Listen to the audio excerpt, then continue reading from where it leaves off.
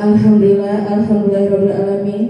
Assalatu wassalamu ala asrofil anbiya'i wal mursalin wa ala alihi wa sahbihi Rasulullah ajmain. Pertama-tama marilah kita ucapkan puji syukur kita atas kehadiran Allah Subhanahu wa taala yang mana pada kesempatan ini kita masih bisa merasakan kesehatan jasmani maupun rohani sehingga kita dapat berkumpul di ruangan ini dalam rangka acara diseminasi pemahaman dan pengalaman dalam penerapan budaya positif. Dan tanpa pula kita kirimkan selalu beri salam kepada Nabi junjungan kita, Nabi besar Muhammad SAW, yang mana pada kesempatan ini kita masih bisa merasakan dari zaman kejayaan menuju zaman yang terang benderang seperti apa yang kita rasakan pada saat sekarang ini. Yang saya hormati Kepala Sekolah SD Negeri 77 Lubong atau yang mewakili, dan yang saya hormati Bapak Ibu Dewan Guru.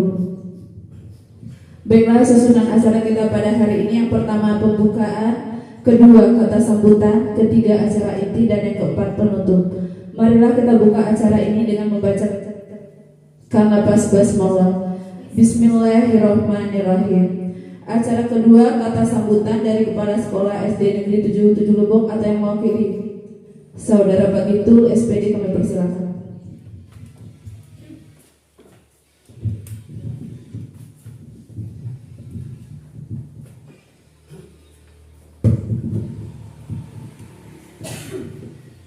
Bismillahirrahmanirrahim. Assalamualaikum warahmatullahi wabarakatuh. Alhamdulillah wa syukurillah wa la haula wa la quwwata illa billah. Allahumma shalli ala sayyidina Muhammad wa ala ali sayyidina Muhammad. Segala puji syukur kita panjatkan kepada Allah Subhanahu wa taala atas izin dan ridhonya kita sama-sama di kesempatan untuk hadir di ruangan kita ini, sekolah kita, dalam rangka untuk melaksanakan satu acara yang sangat bagus, yaitu tentang pemaparan, diseminasi pemahaman dan pengalaman dalam penerapan budaya positif. Dalam hal ini nanti akan disampaikan oleh rekan guru kita, yaitu Ibu Andesti Witing Tias SPD, aku calon guru penggerak angkatan 9. Salawat dan salam semoga tercurah kepada junjungan kita Nabi besar Muhammad Sallallahu Alaihi Wasallam. Bapak Ibu yang kami hormati, seyogyanya acara ini disampaikan oleh Ibu Kepala Sekolah karena beliau berhalangan hadir, jadi akan kami wakili untuk menyampaikan sambutan sepatah dua patah kata dalam rangka acara yang kita maksud. Pertama-tama kami ucapkan terima kasih dan penghargaan yang setinggi-tingginya kepada salah satu guru kita, Ibu Andesti Witing Tias SPD. Dia adalah calon guru penggerak angkatan 9 di SD 77 Lubong ini. Sehubungan dengan itu pula perlu kami sampaikan bahwasanya hari ini beliau akan melaksanakan suatu tugas sehubungan dengan tugas beliau sebagai calon gubernur, yaitu akan mengadakan pemaparan tentang diseminasi pemahaman dan pengalaman dalam penerapan budaya positif. Untuk itu perlu kita sama-sama maklumi bahwa ini adalah hal baru bagi kita. Semoga apa yang disampaikan nanti kiranya dapat kita ambil ilmunya, sekaligus dapat kita laksanakan bersama-sama, karena pada dasarnya diseminasi ini merupakan suatu proses aktif yang melibatkan tentang informasi, pengetahuan dan penelitian kepada halayak kami. Dalam hari ini adalah kita semua warga sekolah SD 77. Nah, untuk lebih jelasnya nanti kita sama-sama ikuti secara sama kepada Ibu Tias. Nanti kami silakan dengan waktu yang seluas-luasnya. Semoga pertemuan kita ini dapat mendapat ridho dari Allah Subhanahu wa taala. Terima kasih. Saya Hari. Assalamualaikum warahmatullahi wabarakatuh.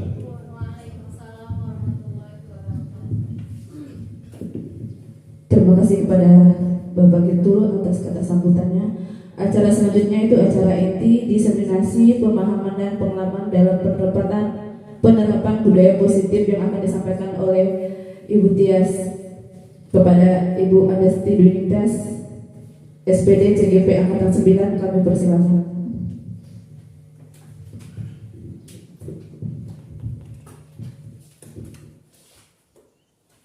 Assalamualaikum warahmatullahi wabarakatuh. Yang saya hormati Kepala SDN 77 Lebong, dalam hal ini diwakili oleh Bapak kita, Bapak Gintul SPD. Yang saya hormati Bapak dan Ibu rekan guru beserta staf SD Negeri 77 Lebong yang berbahagia pada kesempatan hari ini. Puji dan syukur marilah sama-sama kita panjatkan atas kehadiran Allah Subhanahu wa Ta'ala yang telah melimpahkan kita nikmat kesehatan serta kesempatan sehingga kita dapat hadir dan berkumpul di sekolah kita SD Negeri 77 Lebong ini dalam kegiatan diseminasi pemahaman dan pengalaman dalam penerapan budaya positif. Salawat beserta salam semoga selalu tercurah kepada junjungan kita Nabi besar Muhammad SAW. Karena berkat beliaulah kita mendapatkan suri tauladan yang baik seperti yang kita rasakan pada kesempatan siang hari ini. Baiklah Bapak Ibu guru SD Negeri 77 Lebong, saya mengucapkan terima kasih atas kehadirannya di ruangan ini dalam rangka kegiatan diseminasi budaya positif. Besar harapan saya di sini saya ingin membagikan pemahaman dan pengalaman yang telah saya pelajari pada program pendidikan guru penggerak, tepatnya pada modul 1.4. Karena di sini saya masih belajar dan tentunya saya juga berharap rekan-rekan dapat memakluminya dan kita sama-sama belajar dan memahami bagaimana penerapan budaya positif yang seharusnya kita terapkan di sekolah kita, khususnya sekolah SD Negeri 77 Lebong. Baiklah Bapak Ibu, agar kegiatan ini menjadi lebih bermakna, saya ada sedikit pantun. Siang hari makan ikan asin. Ikan asin rasanya asin. Salam sapa saya ucapkan untuk Bapak Ibu sekalian. Apa kabarnya hari ini Bapak Ibu? Alhamdulillah. Alhamdulillah kita diberikan nikmat kesehatan sehingga kita bisa hadir di sini dan saya harapkan kita semuanya dalam keadaan yang sedang berbahagia. Amin ya rabbal alamin. Baiklah Bapak Ibu, langsung saja saya masuk ke materi tentang pemahaman dan pengalaman tentang budaya positif. Akan tetapi lebih baiknya supaya kita lebih bersemangat lagi dalam kegiatan yang siang hari ini, saya rasa supaya kita lebih bersemangat dan lebih konsentrasi. Tadi sudah istirahat makan siang? Sudah. Nah, agar lebih konsentrasi sekarang coba tebak apa yang saya katakan. Ini 1, yang ini 2, kalau yang itu 3. Paham Ibu Bapak? Nah, ini 1, yang ini, kalau yang ini, kalau yang ini, iya masih belum konsentrasi ya. Ini 1, yang ini 2, kalau yang itu, ini 1, iya Pak. Kalau coba kita Pak Gintul ya, ini 1, kalau yang ini, yang ini. Yang ini 1. Yang ini. Saya ulangi lagi ya. Ini 1. Yang ini 2. Kalau yang itu 3. Ini 1. Ibu Leha ini 1. Patri yang ini 1. Yang ini 2.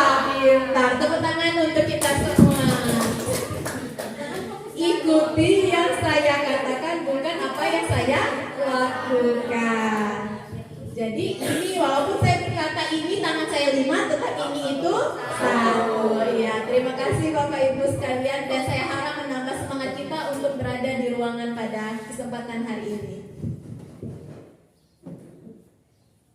Budaya positif. Nah, budaya positif ini dapat diartikan sebagai nilai-nilai, keyakinan-keyakinan, dan kebiasaan-kebiasaan di sekolah yang berpihak kepada murid, agar murid dapat berkembang menjadi pribadi yang kritis, penuh hormat, dan bertanggung jawab. Nah, penting kita laksanakan kegiatan positif ini di sekolah kita dalam rangka untuk meningkatkan profil pelajar Pancasila, di mana seperti yang kita ketahui ada 6 dimensi pada profil pelajar Pancasila. Yang pertama, beriman bertakwa kepada Tuhan Yang Maha Esa dan berakhlak mulia. Yang kedua, berkebinekaan global. Yang ketiga, bergotong royong. Yang keempat, kreatif. Yang kelima, bernalar kritis. Dan yang terakhir, mandiri. Nah, diharapkan dengan adanya budaya positif ini dapat meningkatkan 6 dimensi dalam profil pelajar Pancasila. Konsep inti budaya positif itu terdiri dari yang pertama, perubahan paradigma belajar, kemudian disiplin positif, kemudian motivasi perilaku manusia, kemudian kebutuhan dasar, posisi kontrol restitusi, keyakinan kelas, dan segitiga restitusi. Yang pertama kita bahas tentang perubahan paradigma belajar. Nah, di sini menurut William Glasser ada beberapa ilusi. Ilusi yang pertama, ilusi bahwa guru dapat mengontrol murid. Nah, ternyata ilusi ini ilusi yang keliru. Mengapa demikian? Karena pada dasarnya kita tidak dapat memaksa murid untuk berbuat sesuatu. Murid tersebut harus memilih mau atau tidak untuk melakukannya. Jadi, walaupun tampaknya kita sedang mengontrol perilaku murid, hal demikian dapat terjadi karena murid mengizinkan. Murid mengizinkan dirinya untuk dikontrol oleh kita. Dalam hal ini sebagai seorang guru. Bisa jadi saat kita mengontrol murid karena murid merasa, oh ini guru saya, oh saya takut dihukum, oh seperti ini dan seperti itu, saya takut dimarahi. Nah, disinilah ilusi kita bahwa kita merasa bahwa kita adalah satu-satunya orang yang dapat mengontrol murid. Di sini adalah ilusi yang keliru. Selanjutnya yang kedua, ilusi bahwa penguatan positif, efektif, dan bermanfaat. Nah, penguatan positif atau bujukan adalah bentuk-bentuk kontrol. Dalam jangka waktu tertentu, kemungkinan murid tersebut akan menyadari dan mencoba untuk menolak bujukan kita, atau bisa jadi murid tersebut menjadi tergantung pada pendapat sang guru. Nah, dalam hal ini kita berharap penguatan positif yang kita berikan, tindakan yang kita berikan kepada murid itu jangka panjang. Akan tetapi itu hanya sebuah ilusi. Kenapa? Saat gurunya, terutama misalnya saya di kelas 5, saya wali kelas 5, saya selalu memberikan penguatan seperti itu. Saat saya tidak ada, maka murid tersebut tidak lagi bersikap sedemikian, karena dia tergantung pada satu orang pribadi, tidak di dalam dirinya sendiri. Selanjutnya, ilusi bahwa kritik dan membuat orang merasa bersalah dapat menguatkan karakter. Nah, kita biasanya sering melakukan kritik. Kritik kita membuat anak kita merasa bersalah.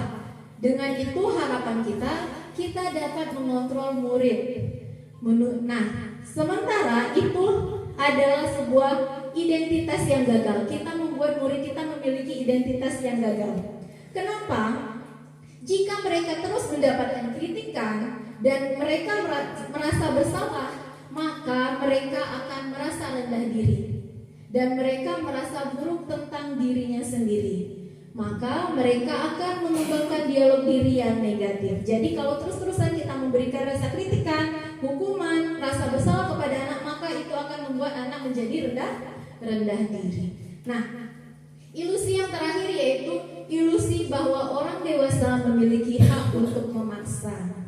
Di sini kita sebagai orang dewasa percaya bahwa mereka memiliki tanggung jawab untuk murid-murid berbuat hal tertentu.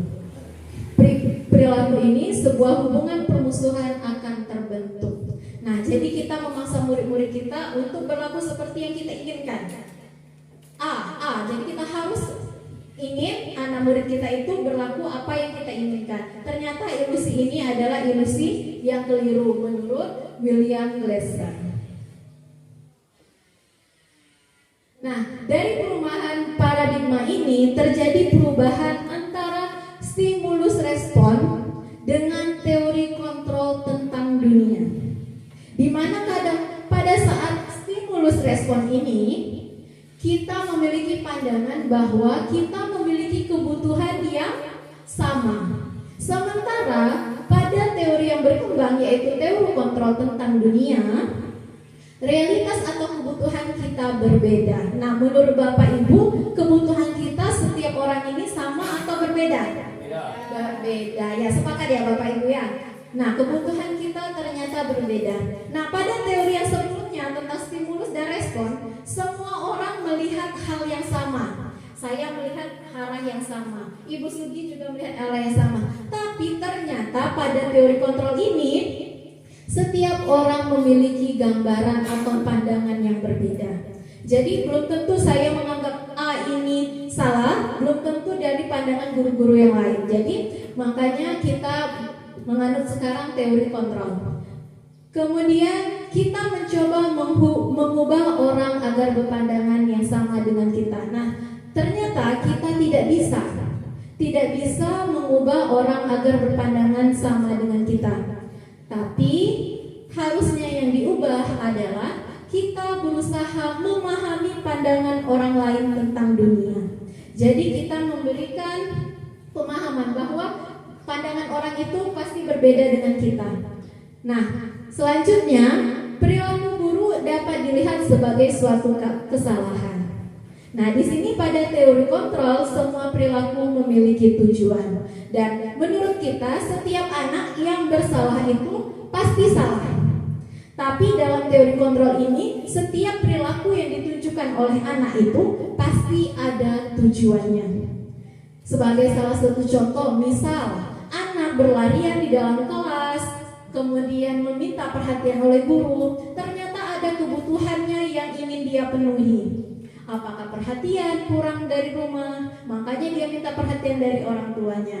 Nah, seperti itu. Jadi semua perilaku yang ditunjukkan oleh anak-anak itu harus kita sebagai guru tahu apa tujuannya kira-kira. Nah, kemudian pada stimulus respon orang lain bisa mengontrol saya. Pada hakikatnya hanya kita sendiri yang bisa mengontrol diri kita. Kalau kita tidak mengizinkan orang untuk mengontrol kita, maka orang tidak dapat mengontrol kita. Kemudian pemaksaan ada pada saat bujukan gagal. Sementara pada teori kontrol, kolaborasi dan konsensus menciptakan pilihan-pilihan baru. Jadi tidak ada paksaan, tidak ada bujukan, tapi ada pilihan di dalam diri kita sendiri mau atau tidak mau melakukannya. Begitu juga dengan anak-anak kita. Kemudian model berpikir menang kalah. Nah, pada stimulus respon kita berpikirnya menang, siapa yang menang, siapa yang kalah. Nah, tapi pada teori kontrol ini kita harus berpikir menang dan menang, di mana posisi semuanya posisi yang menang. Nah, menurut Stephen, bila kita ingin membuat kemajuan perlahan, sedikit-sedikit, ubahlah sikap atau perilaku. Namun, bila kita ingin memperbaiki cara-cara utama kita, maka kita perlu mengubah kerangka acuan kita. Ubahlah bagaimana Anda melihat dunia, bagaimana Anda berpikir tentang manusia, dan ubahlah paradigma Anda, skema pemahaman, dan penjelasan aspek-aspek tertentu tentang realitas. Nah, dari perubahan paradigma ini dibentuklah suatu disiplin positif. Nah, ketika mendengarkan kata disiplin, apa yang terbayang di benak Bapak Ibu? Atau apa yang terlintas di pikiran Bapak dan Ibu? Kalau saya berkata tentang kata disiplin, disiplin. Tepat waktu. Yang lainnya? Menempatkan sesuatu pada tempatnya. Menempatkan sesuatu pada tempatnya. Kemudian apa lagi biasanya kita dengar kata disiplin? Mengikuti aturan yang berlaku. Iya benar Bapak Ibu ya. Di sini kata disiplin artinya tata tertib, teratur, dan kepatuhan pada peraturan. Juga sering dihubungkan dengan hukuman. Jadi kalau kita dengar kata disiplin, oh berarti ada hukuman. Seperti itu. Nah, sering dihubungkan dengan ketidaknyamanan. Di mana kita harus anak bersikap disiplin. Tetapi kita membuat anak tersebut menjadi tidak nyaman. Nah, menurut Bapak Pendidikan kita, Ki Hajar Dewantara, di mana ada kemerdekaan, disitulah harus ada disiplin yang kuat. Sungguh pun disiplin itu bersifat self-disiplin, yaitu kita sendiri mewajibkan dengan sekeras-kerasnya. Dan peraturan yang sedemikian itu harus ada di dalam suasana yang merdeka. Jadi disiplin ini tidak harus kita dikekang oleh orang lain, tapi kita mampu mendisiplinkan diri kita sendiri di dalam internal pribadi kita sendiri. Nah, selanjutnya Bapak Ki Hajar Dewantara mengatakan, merdeka tidak hanya terlepas dari perintah, akan tetapi juga cakap dan kuat memerintah diri sendiri. Jadi diharapkan kita tidak merdeka karena perintah dari orang-orang yang lain. Kita berbuat sesuatu karena suruhan oleh orang lain. Tetapi di sini merdeka katanya itu kita disiplin dan cukup kuat memerintah diri kita sendiri, dan kita meyakini itu bahwa itu adalah hal yang baik untuk diri kita. Untuk menciptakan murid yang merdeka, syarat utamanya harus ada disiplin yang kuat. Disiplin yang dimaksud adalah disiplin diri yang memiliki motivasi internal. Jika kita tidak memiliki motivasi internal, maka kita memerlukan pihak lain untuk mendisiplinkan kita, atau motivasi eksternal, karena berasal dari luar, bukan dari dalam diri kita sendiri. Sebagai contoh, kalau kita belum merdeka di dalam diri kita sendiri, kita ingin datang tepat waktu ke sekolah karena takut dihukum. Akan tetapi pada kenyataannya, yang disiplin yang positif di sini adalah motivasi internal. Memang kita menyadari bahwa datang tepat waktu itu baik untuk kita lakukan.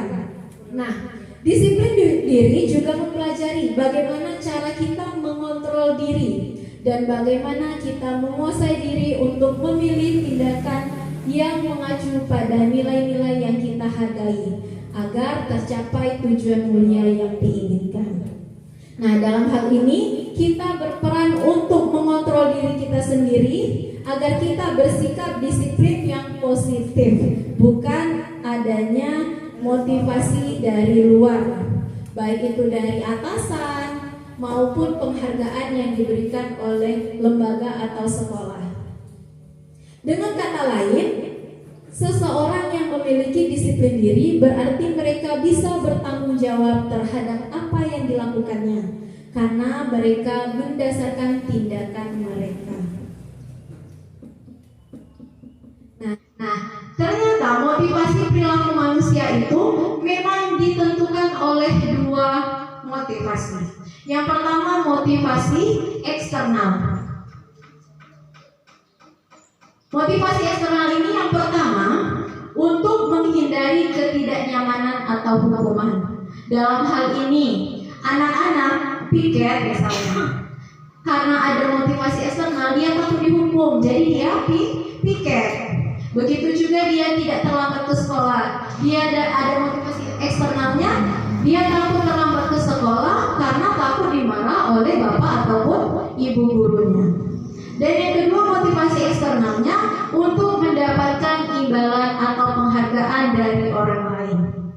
Jadi murid mau datang ke sekolah karena dia merasa mendapatkan bisa berupa apa seperti itu kan, kemudian bisa ibu gurunya memberikan pujian. Nah itu ternyata di dalam dirinya masih terdapat motivasi eksternal. Yang kita harapkan adalah motivasi internal. Nah motivasi internal ini adalah untuk menjadi orang yang mereka inginkan dan menghargai diri sendiri dengan nilai-nilai yang mereka percaya. Jadi diharapkan anak didik kita, murid-murid kita memiliki motivasi internal di dalam dirinya. Jadi mereka menghargai dirinya sendiri dan mereka merasa nilai-nilai ini harus mereka percayai dan mereka tanamkan dalam diri. Karena saat mereka sudah memiliki motivasi internal di dalam dirinya, maka jangka waktu atau efeknya berjalan dalam waktu yang panjang. Kalau sekedar adanya motivasi eksternal, mendapatkan hukuman, takut mendapatkan hukuman atau mau menerima penghargaan, itu hanya jangka pendek. Dalam hal ini, misal anak takut tidak membuat PR, nah dia berubah, dia buat PR, dia rajin, cuma karena takut mendapatkan hukuman, dan itu jangka waktunya hanya jangka waktu tertentu. Besok belum tentu mereka tidak mengulanginya lagi. Siapa tahu gurunya tidak memberikan hukuman, jadi dia kembali tidak membuat PR seperti itu. Jadi tumbuhkanlah motivasi internalnya. Kemudian ternyata ada yang dinamakan hukuman, konsekuensi, dan restitusi. Dari ketiga ini, ada yang membuat identitas gagal dan ada yang membuat identitas sukses. Apa itu? Ternyata hukuman membuat seseorang memiliki identitas yang gagal. Sementara identitas yang sukses itu melalui konsekuensi dan restitusi. Nah, di dalam tabel ini dapat kita perhatikan apa perbedaan pemberian hukuman, konsekuensi, dan restitusi. Pada pemberian hukuman, saya contohkan dalam hal ini murid yang tidak mengerjakan PR.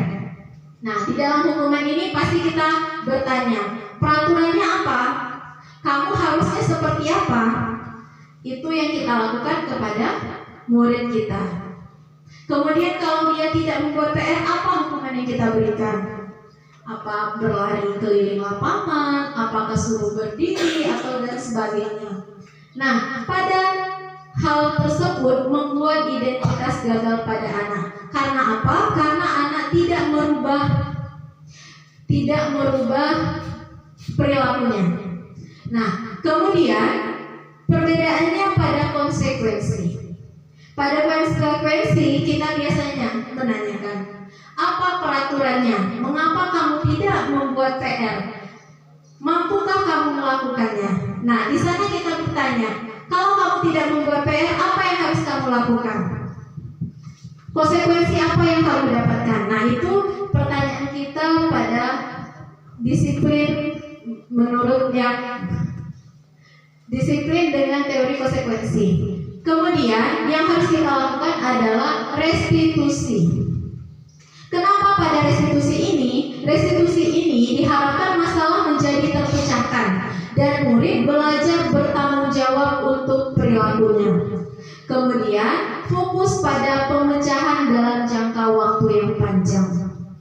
Nah, dalam kegiatan restitusi ini kita dapat bertanya kepada anak, apa yang kamu yakini?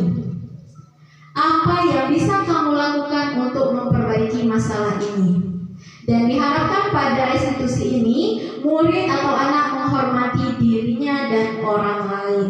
Jadi dengan restitusi diharapkan murid dapat memecahkan masalahnya sendiri, tidak diberikan oleh bapak atau ibu gurunya. Nah, kalau pada hukuman ternyata ada dampaknya. Dampaknya apa? Dampak pemberian hukuman adalah murid merasa marah, merasa bersalah, merasa rendah diri, dan mengasingkan dirinya. Terus-terusan dimarah, terus-terusan dihukum, itu dampaknya. Jadi membuat identitas gagal. Pada konsekuensi, kehilangan hak waktu jeda seorang diri, time out atau penahanan. Sebagai contoh, misal kalau anak tidak mengerjakan PR di rumah, kemudian dia mengerjakan PR di sekolah, padahal mengerjakan PR di sekolah itu pada waktu dia lagi istirahat. Misalnya, oh kamu tadi tidak mengerjakan PR, berarti nanti jam istirahat kamu kerjakan. Nah, itu membuat dia kehilangan haknya. Haknya tadi harusnya dia bermain, tapi karena dia tidak melaksanakan tugasnya, maka kita suruh dia untuk mengerjakan PR pada saat dia bermain atau istirahat. Nah, pada saat restitusi ini, murid atau anak tidak kehilangan waktu, namun bersemangat untuk memperbaiki diri. Nah, dengan membuat keyakinan kelas, kita dapat membimbing kerangka acuan berpikir restitusi murid atau anak. Jadi kita menanyakan apa yang dia yakini, apa yang bisa dia lakukan untuk memperbaiki masalah, dan masalah ini tidak hanya terjadi pada waktu itu, tapi berlangsung pada jangka waktu yang panjang.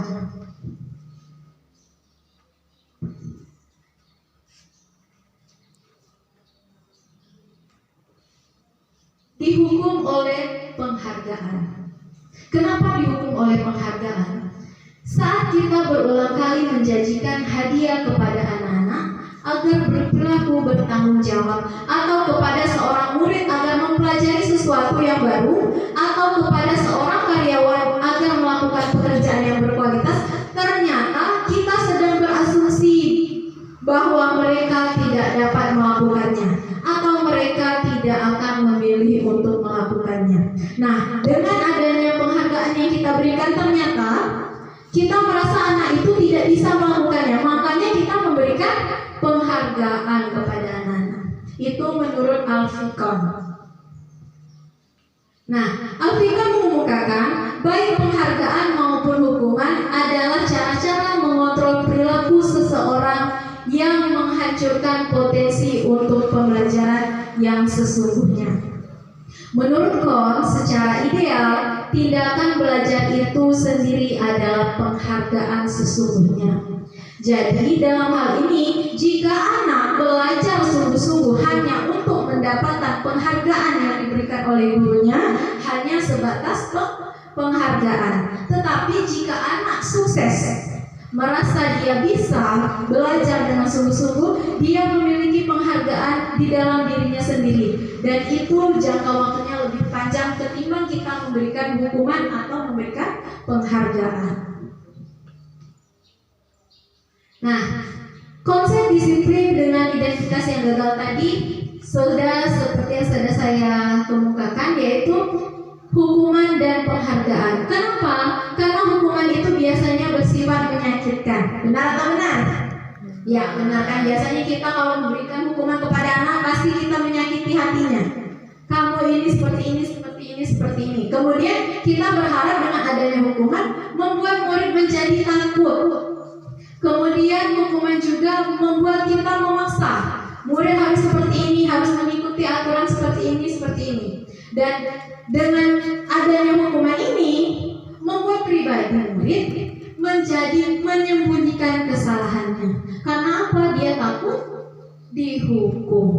Dia mau jujur, tapi karena nanti saya dihukum ini, jadi saya tidak jujur. Nah, kebanyakan murid akan menyembunyikan kesalahannya karena takut akan hukuman, dan murid menjadi rendah diri. Kemudian disiplin dengan penghargaan. Ternyata disiplin dengan penghargaan ini tidak juga efektif untuk jangka waktu yang panjang, karena dapat merusak hubungan. Kenapa dapat merusak hubungan? Karena biasanya penghargaan diberikan pada orang-orang tertentu. Saat orang-orang yang lain tidak mendapatkan penghargaan, dia merasa rendah diri, dan itu dapat merusak hubungannya antara satu dengan yang lainnya. Kemudian mengurangi ketepatan, mematikan kreativitas, sama halnya dengan menghukum. Sementara ada konsep disiplin dengan identitas yang sukses, yang dapat dilakukan adalah dengan konsekuensi dan restitusi. Dengan konsekuensi, penguatannya dengan jangka pendek. Tapi murid dapat menghormati peraturan dan murid menyembunyikan kesalahan dan kehilangan waktu untuk merenungi kesalahan. Nah, di dalam konsekuensi ini memang murid berubah, tapi hanya pada jangka waktu itu. Dia merasa dia tidak membuat PR, kemudian dia memperbaikinya dengan cara membuat PR, tapi hanya sebatas itu. Dia langsung merubah perilakunya karena adanya konsekuensi yang diberikan oleh gurunya. Kemudian apa yang harusnya kita lakukan adalah restitusi. Kenapa restitusi? Karena dengan restitusi ini murid bertanggung jawab terhadap perilakunya dan pemecahan masalah dalam jangka waktu yang panjang. Murid menghormati dirinya dan orang lain, kemudian murid memegang kontrol dirinya, dan murid semangat memperbaiki diri. Jadi dalam kegiatan restitusi ini kita mengajak murid, bukan kita yang memberikan solusi atau kita memberikan bagaimana arahannya, tapi kita mengajak murid untuk mengatasi permasalahannya, mengubah perilakunya dengan apa yang dia yakini. Pengertian restitusi adalah proses menciptakan kondisi bagi murid untuk memperbaiki kesalahan mereka sehingga mereka bisa kembali pada kelompok mereka dengan karakter yang lebih kuat. Adapun ciri-cirinya bukan untuk menebus kesalahan, namun untuk belajar dari kesalahan dan memperbaiki hubungan serta memperkuatnya. Di sini restitusi ini berupa tawaran bukan paksaan, dan ini tugas guru untuk menuntut dan melihat ke dalam diri murid tersebut. Kemudian ciri-cirinya mencari kebutuhan dasar yang mendasari tindakan. Jadi kebutuhan dasar apa yang belum terpenuhi anak ini sehingga anak ini dapat berbuat demikian. Nah, itulah yang harus kita lakukan sebagai seorang guru. Kemudian kita fokus pada penguatan karakter dan solusi bukan tindakannya. Tujuan dari disiplin positif adalah menanamkan motivasi untuk menjadi orang yang mereka inginkan dan menghargai diri sendiri dengan nilai-nilai yang mereka percaya. Ketika murid-murid kita memiliki motivasi tersebut, mereka telah memiliki motivasi intrinsik yang berdampak jangka panjang. Motivasi yang tidak akan terpengaruh pada adanya hukuman atau hadiah. Mereka akan tetap berperilaku baik, berlandaskan nilai-nilai kebajikan, karena mereka memaknai bahwa hal tersebut harus ditanamkan di dalam dirinya. Kenapa keyakinan kelas? Mengapa tidak peraturan saja? Mengapa? Dalam gambar ini, coba lihat di gambar yang pertama, saya ulangi lagi. Gambar seseorang sedang menggunakan helm. Tujuannya apa? Tujuannya untuk Menjaga keselamatan. Iya, untuk menjaga keselamatan. Kemudian tadi kata Ibu Leha untuk menaati peraturan supaya tidak ditilang polisi ya. Nah, ada perbedaan antara menjaga keselamatan dan agar tidak ditilang polisi. Nah, itu ada perbedaannya dan harusnya apa yang harus kita pilih? Iya, menjaga keselamatan. Itu adalah motivasi internal yang harus ada di dalam diri kita. Dan itu juga harus kita tanamkan kepada anak didik kita. Karena apa? Kita lihat kalau di dusun kita, di desa-desa kita, anak-anak tidak memakai helm kan? Karena mereka belum tahu motivasi di dalam dirinya untuk menggunakan helm ini apa. Padahal sangat penting kita menanamkan motivasi itu di dalam diri murid-murid kita. Karena kita ketahui di dusun ini jarang polisi mau masuk ke dalam kan. Nah, makanya karena polisi tidak ada, dia tidak pakai helm. Sementara yang diharapkan dia memakai helm adalah untuk menjaga keselamatan dirinya. Nah, kemudian gambar yang kedua. Gambar yang kedua itu apa ya, Bu Esi? Oh, tidak ada. Iya, benar sekali. ada keluarga yang memakai masker agar tidak terkena debu. Pada tahun 2021 kita terkena pandemi COVID-19. Nah, tentunya pada saat tersebut kita selalu menggunakan masker. Nah, kalau dalam peraturannya menggunakan masker ini wajib karena agar tidak menyebarkan penyakit dan kita tidak mendapatkan penyakit. Tapi dalam motivasi internalnya, mengapa kita menggunakan masker? Untuk menjaga kesehatan. Jadi lebih baik kita menanamkan motivasi internal yang ada di dalam diri. Nah, begitu juga dengan keyakinan. Dengan keyakinan kelas ini, kita tidak membuat peraturan, tapi kita membuat keyakinan dan kesepakatan yang harus disepakati bersama-sama anak di dalam kelas. Ini sebagai contoh, di sini saya telah membuat keyakinan kelas atau kesepakatan kelas yang sama-sama dibuat dengan anak-anak kelas 5. Saya berharap dengan adanya kesepakatan dan keyakinan kelas ini, anak-anak dapat merubah perilakunya dalam jangka waktu yang lama. Tapi hal tersebut tentunya kita sebagai guru berangsur-angsur dan terus mengingatkan serta menuntut anak didik kita. Di sini sebelum membuat keyakinan kelas, saya menjelaskan dulu terlebih dahulu apa gunanya keyakinan kelas. Untuk apa keyakinan kelas ini kita sepakati bersama-sama agar anak memahami, oh ini dia buat dan ini dia yakini dan ini harus dia lakukan karena sesuai dengan keyakinan dirinya. Di sini anak-anak menuliskan apa yang dia yakini, impian seperti apa kelas yang dia harapkan. Jadi saya minta tolong anak untuk menuliskan di kertas kecil. Kemudian selanjutnya saya mengajak anak setelah dia menuliskan apa yang dia inginkan, menempelkannya di papan tulis. Harapannya ia ingin kelas ini seperti apa, dan itu semuanya dilakukan oleh semua anak yang ada di dalam kelas. Ada 22 anak, 22 juga kertas yang harus dia tempelkan. Dan saking semangatnya dia pengen banyak, ada ini, ada itu. Tapi ternyata cukup, tidak perlu banyak, tapi cukup kita yakini dan cukup kita lakukan secara terus menerus. Kalau terlalu banyak, maka peraturan itu juga nanti terlalu banyak dan tidak dapat kita ikuti atau tidak dapat kita lakukan. Di sini sudah dilakukan di kelas 5 dan kesepakatan kelas atau keyakinan kelas ini dapat kita lakukan baik pada awal semester ataupun awal pembelajaran. Jadi kita sebagai guru, kalau kita mau misalnya dalam satu tema tertentu dalam 1 bulan, kita membuat keyakinan kelas atau kesepakatan kelas pada anak, kita sebutkan jangka waktunya. Ini kita buat kesepakatan atau keyakinan kelas. Jangka waktu ini kita sepakati dalam waktu 1 bulan. Nah, nanti bulan berikutnya boleh kita ajak anak membuat keyakinan atau kesepakatan yang baru. Selanjutnya ini contoh-contoh yang sudah dilakukan.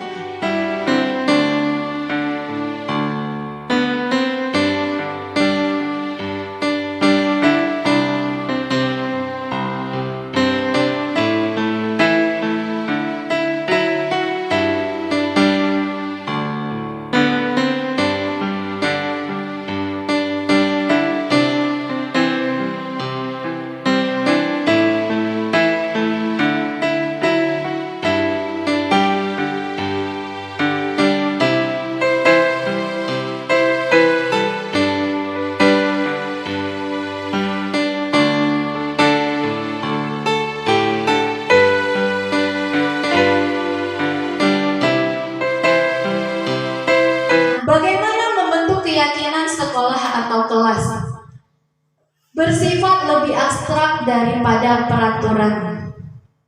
Kemudian berupa pernyataan-pernyataan universal. Kemudian keyakinan kelas dibuat dalam bentuk positif, tidak terlalu banyak sehingga mudah diingat dan dipahami. Sebaiknya sesuatu yang dapat diterapkan dan semua warga kelas hendaknya ikut berkontribusi. Nah, jadi pada peraturan kelas biasanya ada kata-kata jangan membuang sampah sembarangan. Tapi pada keyakinan kelas ini lebih menggunakan kata-kata yang dalam bentuk positif. Seperti apa? Buanglah sampah pada tempatnya. Selalulah menjaga kebersihan. Jadi kata-kata untuk kita membuat keyakinan kelas atau keyakinan sekolah ini haruslah berupa kalimat atau kata-kata yang positif. Ya, terima kasih. Kemudian selanjutnya ada kebutuhan dasar manusia. Nah, kebutuhan dasar manusia ini ada 5 ternyata ya Bapak Ibu ya. Yang pertama kebutuhan bertahan hidup. Kita sebagai manusia memiliki kebutuhan akan bertahan hidup. Kemudian kasih sayang dan rasa diterima.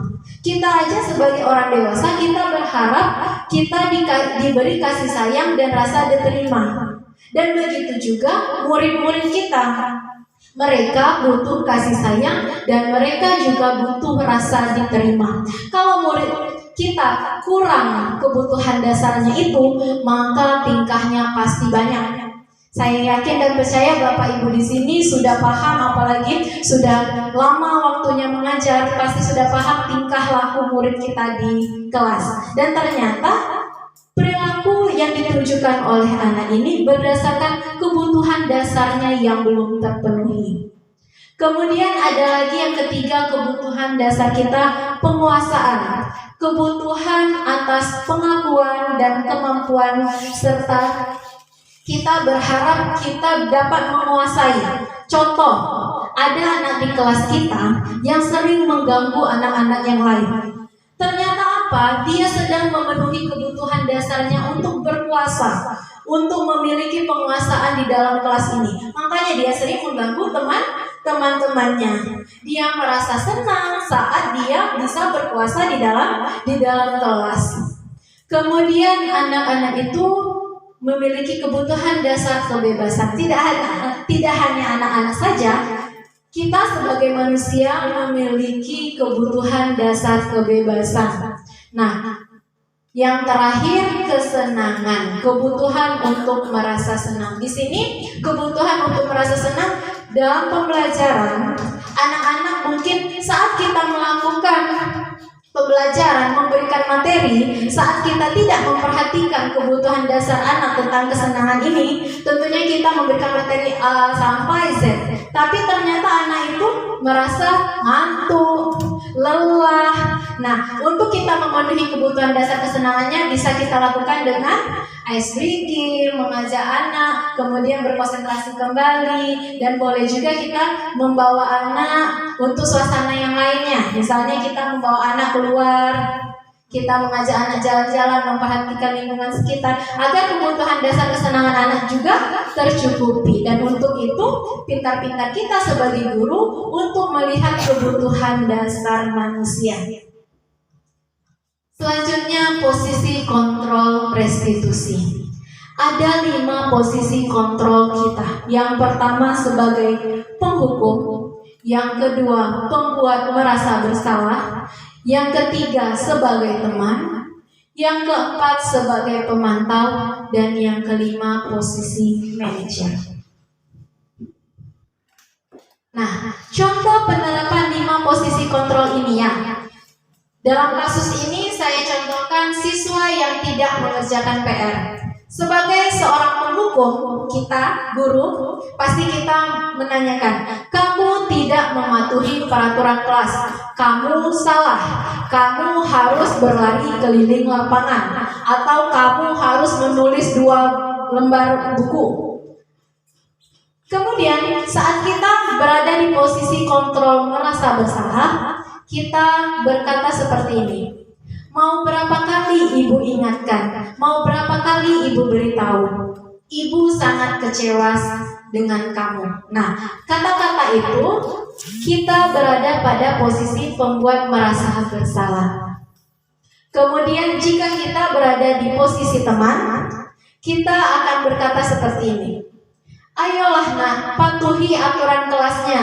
Bisa ya, sudah kali ini tidak apa-apa. Atau ayo nak, mari kita mari kita ikuti peraturan.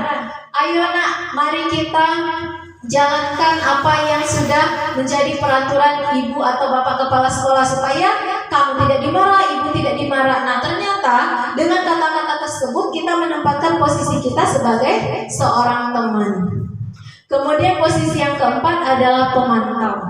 Pada posisi pemantau ini yang kita tanyakan adalah peraturannya apa? Lalu apa konsekuensinya jika kamu tidak membuat PR? Nah, saat kita berkata seperti itu kepada seorang murid, seorang siswa kita di kelas, itu kita sedang menempatkan posisi kita sebagai pemantau. Dan posisi yang terakhir adalah posisi manajer. Pada posisi manajer ini, kita akan bertanya kepada anak apa yang mereka yakini, kemudian keyakinan apa yang mereka langgar, dan apakah mereka bersedia memperbaikinya. Kemudian kita menanyakan juga apa rencana mereka untuk memperbaiki hal ini. Nah, dalam satu contoh, misal siswa ini tidak mengerjakan PR. Nah, menurut mereka, kita harus tanyakan dulu, mereka salah nggak tidak membuat PR? Kita lihat jawabannya. Kemudian keyakinan apa yang mereka langgar? Misalnya, contohnya, saya ini bertanggung jawab terhadap tugas. Nah, keyakinan bertanggung jawab terhadap tugas ini kan tadi sudah kita sepakati di dalam kelas. Ternyata dia langgar, dia tidak bertanggung jawab terhadap tugas. Nah, kita tanyakan lagi kembali, bagaimana caranya? Apakah dia ingin memperbaiki kesalahannya tersebut? Dan kita berikan pertanyaan tersebut, biar mereka yang menjawab dan biar mereka yang merencanakan bagaimana cara memperbaikinya. Nah, pada restitusi ini ternyata ada yang dikenal dengan segitiga restitusi.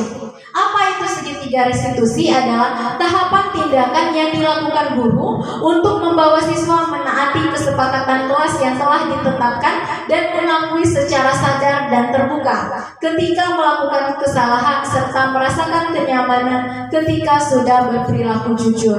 Jadi dalam segitiga restitusi ini kita mengubah identitas anak dari orang yang gagal karena melakukan kesalahan menjadi orang yang sukses. Kemudian kita memahami kebutuhan dasar apa yang mendasari sebuah tindakan. Jadi anak berperilaku itu pasti ada dasar tindakannya.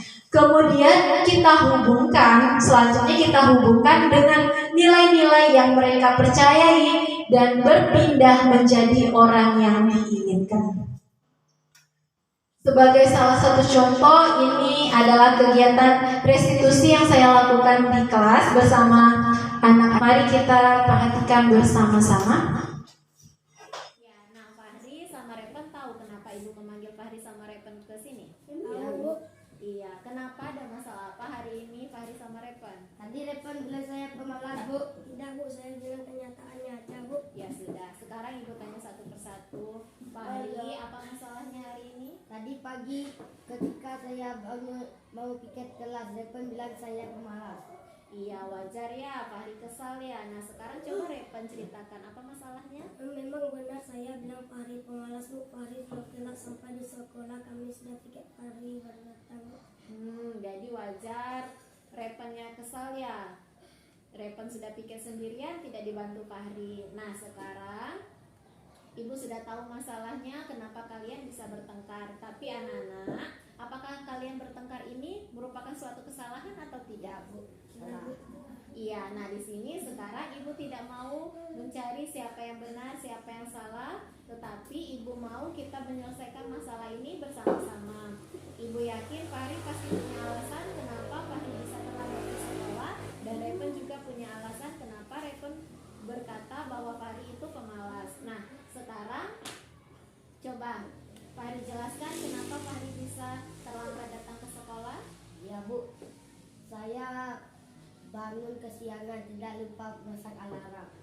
Iya, kalau Repen? Saya kesal, Bu, jika saya yang selalu membersihkan kelas Bu dengan Fahri. Iya, Ibu mengerti ya nak. Jika kalian bertengkar seperti ini, menurut kalian apakah kalian ingat keyakinan kelas kita?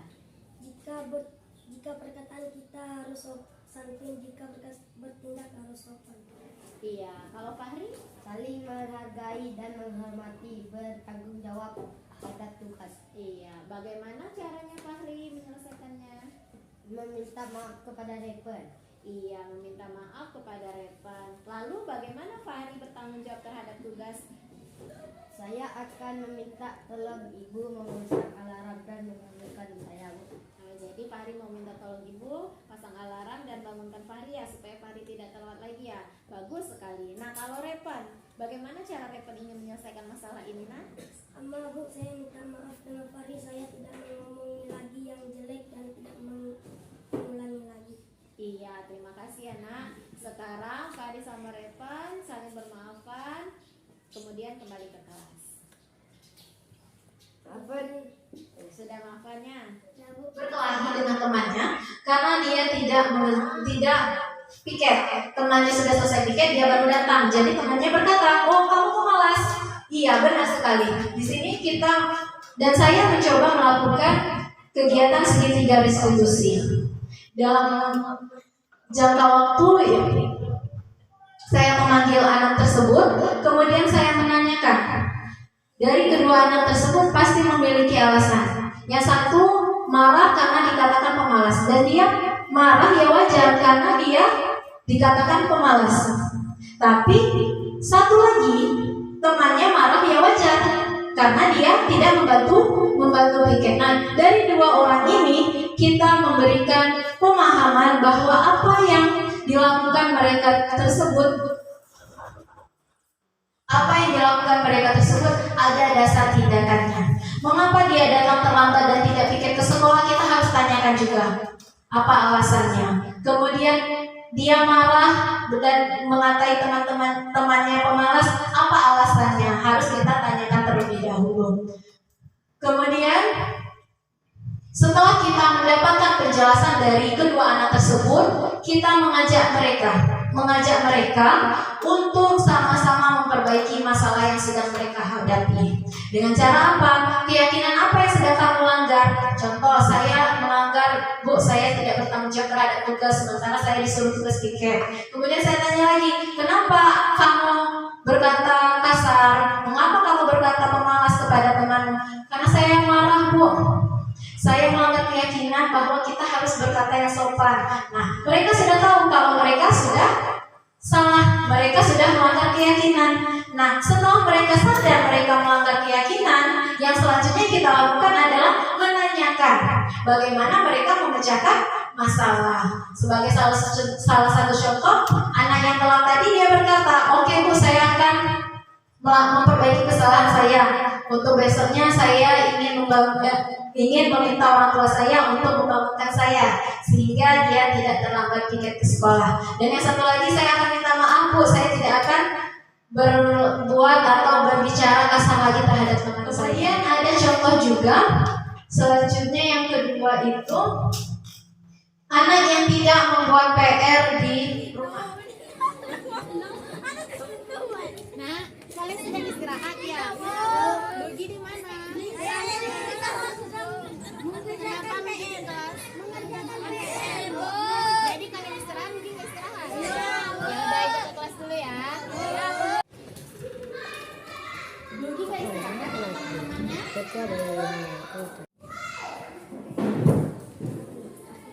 Lugi tidak istirahat dengan teman-temannya?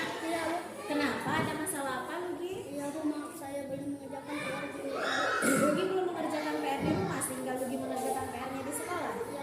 Nah, menurut Lugi mengerjakan PR di sekolah itu merupakan suatu kesalahan atau tidak?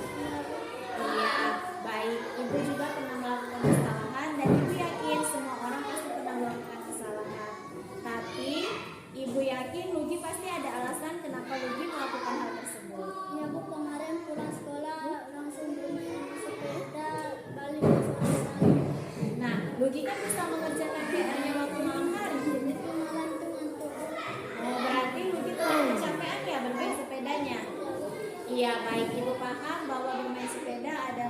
sebuah hobi Lugi, dan ibu tidak melarang Lugi untuk bermain sepeda. Tapi ibu ingatkan Lugi harus ingat pada waktu ya. Nah, sekarang Lugi masih ingat dengan kesepakatan kelas yang sudah kita sepakati? Kita harus bertanggung jawab dengan tugas Lugi. Iya, kita harus bertanggung jawab terhadap tugas. Lugi yakin bahwa bertanggung jawab itu harus Lugi miliki. Yakin. Baik, di sini mari kita selesaikan masalah ini bersama-sama. Menurut Lugi, bagaimana caranya agar Lugi bisa bertanggung jawab terhadap tugas-tugas yang diberikan oleh ibu? Lugi akan mengerjakan semua PR di rumah dan kalau bermain Iya, bagaimana caranya Lugi? ketika bermain mengerjakan tangan. Iya, jadi kalau Lugi pakai sepeda, Lugi harus pakai jam tangan. Ingat waktu, jangan sampai kesorean, sehingga pulangnya tidak kecapean dan Lugi bisa mengerjakan PR ya kan? Lugi janji tidak akan mengulanginya lagi. Jadi dia ada video yang sebelumnya itu dia mengerjakan PR di sekolah. Nah, sama seperti yang tadi, yang dilakukan oleh guru adalah mengajak anak tersebut mengapa mereka tidak membuat PR di sekolah, alasannya seperti apa, keyakinan apa yang dia langgar, dan bagaimana cara dia agar dia memperbaiki kesalahannya tersebut. Nah, langsung saja, penerapan disiplin positif hendaknya guru memiliki standar kepribadian, profesional dan sosial yang baik, di mana guru mampu berrefleksi pada posisi kontrolnya saat ini. Bagaimana perjalanan dirinya sebagai seorang among yang menuntut sebagai posisi manajer yang menuntut murid-murid menjadi insan yang mandiri, merdeka dan bertanggung jawab. Ini menurut standar pendidikan nasional. Jadi diharapkan kita dapat memberikan posisi kita sebagai posisi manajer kepada peserta didik kita. Dan di sini ada penerapan budaya positif yang sudah kita lakukan di sekolah kita, dan diharapkan kegiatan-kegiatan ini dapat kita lakukan secara terus-menerus dan berkelanjutan. Agar apa? Agar kegiatan yang kita lakukan ini dapat mencerminkan dan membuat karakter anak tercermin profil pelajar Pancasila. Dalam hal ini kan kita biasanya setiap hari Senin selesai upacara, anak berbaris, bersalaman, kemudian sebelum memulai kegiatan pembelajaran siswa biasanya kita suruh berdoa. Nah, nilai apa? Nilai kepada beriman, bertakwa kepada Tuhan Yang Maha Esa. Kemudian ada lagi contoh penerapan budaya positif yang sudah kita lakukan di sekolah, yaitu ini, kita makan bersama. Pernah kita lakukan ini kan? Nah, sementara dengan kegiatan-kegiatan ini ternyata bisa membuat karakter anak menjadi lebih positif. Kalau dia makan bersama, kira-kira dimensi apa yang sedang dilakukan? Yang lain apa? Iya, kebersamaan ya. Nah, kalau kita makan bersama, kita mengajak anak untuk mampu saling berinteraksi sosial dengan teman-temannya. Sebagai salah satu contoh, bila di kelas biasanya ada anak yang tidak membawa bekal, kita sebagai seorang guru mengajak anak untuk saling berbagi. Selanjutnya, contoh penerapan budaya positif di sekolah yaitu kita selalu bergotong royong. Anak-anak kita ajak untuk sama-sama membersihkan lingkungan sekolah. Dan yang terakhir, biasanya kita melakukan senam bersama, kemudian kegiatan pramuka. Ini ada videonya, di mana dalam kegiatan-kegiatan tersebut kita berharap anak-anak dapat memenuhi kebutuhan dasarnya. Anak-anak mengikuti kegiatan senam pramuka ini, anak-anak merasa senang, anak-anak merasa gembira, dan diharapkan itu dapat dia bawa aura positifnya ke dalam pembelajaran di kelas. Jadi saya harapkan kita sebagai seorang guru haruslah dapat menerapkan budaya positif di sekolah, khususnya sekolah kita SD Negeri 77 Umum. Baiklah Bapak Ibu sekalian, saya akhiri dengan pantun. Pergi ke pasar membeli kelinci, makannya bersama kekasih. Cukup sekian dan terima kasih.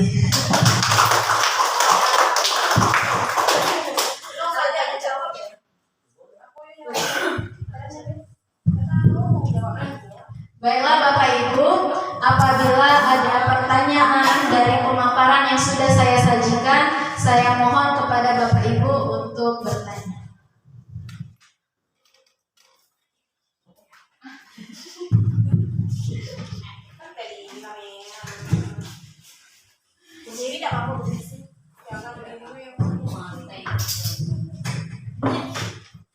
Baik, saya akan menanyakan dari pembahasan yang telah kita simak. Dari 5 posisi kontrol tadi, apakah kita harus memilih menerapkan satu posisi atau bagaimana? Apakah posisi penghukum tidak boleh dilakukan? Terima kasih. Terima kasih kepada Ibu Isi atas pertanyaannya. Kemudian siapa lagi yang mau bertanya? Nanti biar saya jawab secara serentak. Ibu Ulan. Pada Ibu Ulan saya silakan.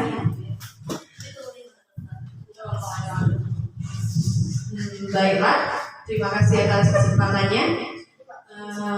Di sini saya ingin menanyakan mengapa pemberian penghargaan kurang efektif untuk kita lakukan. Terima kasih. Bella, terima kasih kepada Ibu Desi dan Ibu Wulan atas pertanyaannya. Saya mencoba menjawab pertanyaan yang pertama. Pertanyaannya tadi, posisi. Iya, pada posisi kontrol tadi, apakah kita hanya dapat menerapkan satu posisi dan apakah kita tidak boleh berada di posisi penghukum? Nah, saya menjawab di sini kita berangsur-angsur ya. Kita ketahui posisi yang sering kita lakukan itu seperti apa, dan tidak jarang kita lakukan secara sekaligus 3 posisi. Pertama kita menghukum, setelah kita menghukum kita menjadi temannya, kemudian kita menjadi manajernya, dan boleh posisi-posisi tersebut kita lakukan secara sekaligus. Akan tetapi posisi yang terbaik di sini adalah posisi sebagai manajer. Kalau posisi sebagai manajer kita rasa belum merubah anak, kita boleh menurunkan posisi sebawahnya, misalnya sebagai pemantau. Nah, saya yakin dan percaya kita di sini guru-guru hebat, saya yakin kita berangsur-angsur untuk mengubah diri kita menjadi posisi manajer. Karena saya yakin ada anak-anak tertentu yang tidak bisa kita langsung kasih posisi manajer. Kita pasti mengidentifikasi murid-murid kita di sekolah ini, dan ada anak tertentu seperti saja Faro misalnya. Kita kasih posisi manajer langsung. Kira-kira bagaimana? Nah, kira-kira tidak bagus atau tidak bisa kita terapkan. Jadi kita berangsur-angsur mengubah posisi tersebut dan akhirnya kita menjadi posisi manajer yang selanjutnya. Dan anak-anak pun saat kita melakukan posisi kita sebagai manajer, anak-anak paham. Jadi itulah yang dinamakan budaya positif. Tidak hanya hari ini, tapi berlaku dalam jangka waktu yang panjang. Dan untuk itu kita sama-sama berusaha, kita sama-sama belajar untuk menjadi posisi manajer di sekolah. Kemudian pertanyaan yang kedua. Pertanyaan yang kedua tadi, mengapa pemberian penghargaan menjadi tidak efektif? Nah, seperti yang sudah saya jelaskan tadi, pemberian penghargaan ini menjadi tidak efektif karena dapat berlangsung hanya jangka waktu pendek. Jadi murid juga hanya mengharapkan sebuah hadiah yang diberikan oleh gurunya, maka dia mau berbuat yang baik. Sebagai salah satu contoh, jika saya biasa memberikan penghargaan atau hadiah kepada murid saya, dia mendapatkan nilai 100, kemudian saya kasih hadiah coklat misalnya. Ada suatu waktu saya tidak hadir ke sekolah. Nah, digantikan oleh guru yang lain. Nah, tentunya dari dalam diri anak tersebut, ibu tidak datang, saya tidak dapat hadiah hari ini. Jadi dia tidak tumbuh motivasi internal di dalam dirinya. Dia hanya berharap penghargaan, berharap hadiah. Jika itu tidak dia dapatkan, maka motivasinya, semangatnya pasti akan menurun. Bella, mungkin itu saja yang dapat saya tanggapi pada kesempatan sesi kali ini. Bella, saya rasa cukup. Saya akhiri dan saya mengucapkan terima kasih banyak kepada Bapak Ibu guru yang sudah berkenan hadir pada kesempatan kali ini. Dan ada tambahan dari Bapak kita, pada Bapak Ibu saya persilakan. Ya, terima kasih. Mungkin kami hanya menambahkan melengkapi sedikit aja. Kita sama-sama belajar. Jadi hari ini memang ya setelah kita belajar, ternyata memang kita harus belajar dan belajar.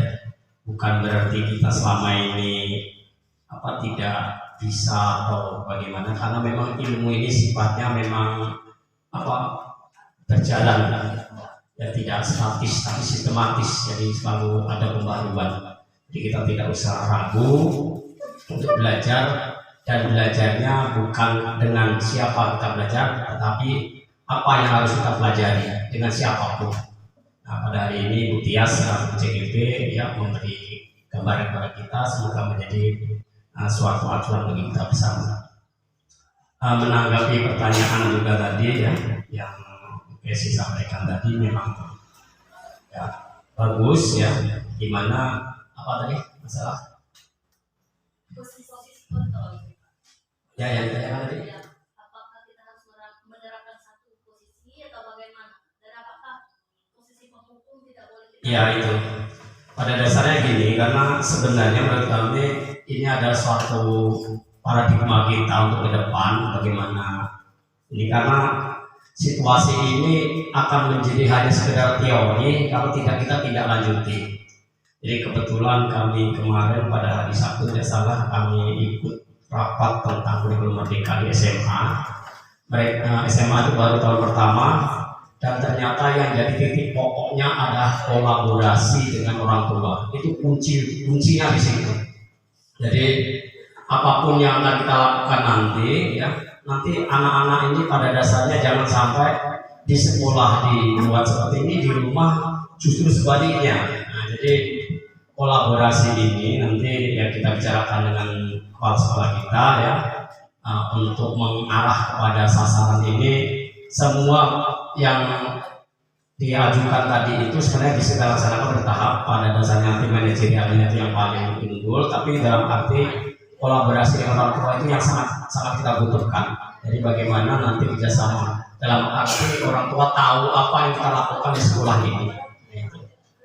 Mungkin itu saja yang kami tanggapi, dan selamat, terima kasih kepada kita semua, dan sekali lagi kita beri aplaus untuk Ibu Tias. Semoga sukses, kita semua menjadi SD77 akan semakin maju. Terima kasih. Amin ya Rabbal Alamin. Terima kasih kepada Pak Ginto atas penguatan yang diberikan, dan saya kembalikan ke moderator.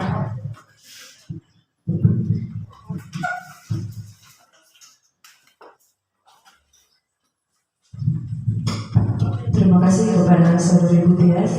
Acara selanjutnya itu penutup. Marilah kita tutup acara ini dengan membaca lafaz hamdalillah. Alhamdulillahirabbil alamin. Apabila terdapat kesalahan dalam sebuah acara, saya mohon maaf. Kepada Tuhan saya mohon ampun. Saya akhiri, wabillahi taufiq wal hidayah. Wassalamualaikum warahmatullahi wabarakatuh.